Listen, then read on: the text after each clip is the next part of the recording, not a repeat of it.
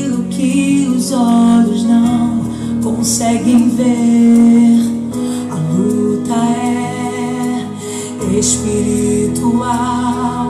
Não vou ficar de fora da batalha contra o mal. O inferno está soprando contra as famílias, valores que conduzem à iniquidade.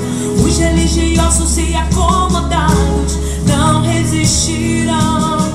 Contra as hostes da maldade estou posicionado. Não vou cair nas armadilhas do pecado. Não vai conseguir entrar na minha casa. A estrutura dela é a santidade. Se por um caminho contra mim vierem, os 7 eles vão ter que fugir de mim. O inferno retrocede quando vê que a unção de Deus está em mim. Está em mim.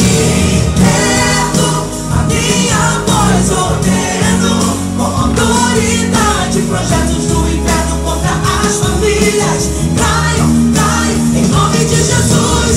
Perto a minha voz ordeno, com autoridade, projetos do inferno contra as famílias caiam, caiam, em nome de Jesus.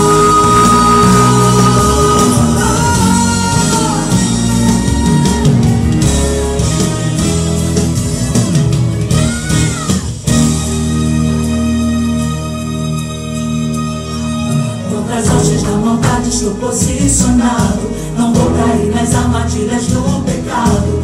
Não vai conseguir entrar na minha casa. A estrutura dela é a santidade. Se por um caminho contra mim vierem, os 7 eles vão ter que fugir de mim. O inferno retrocede quando vê que a unção de Deus está em mim.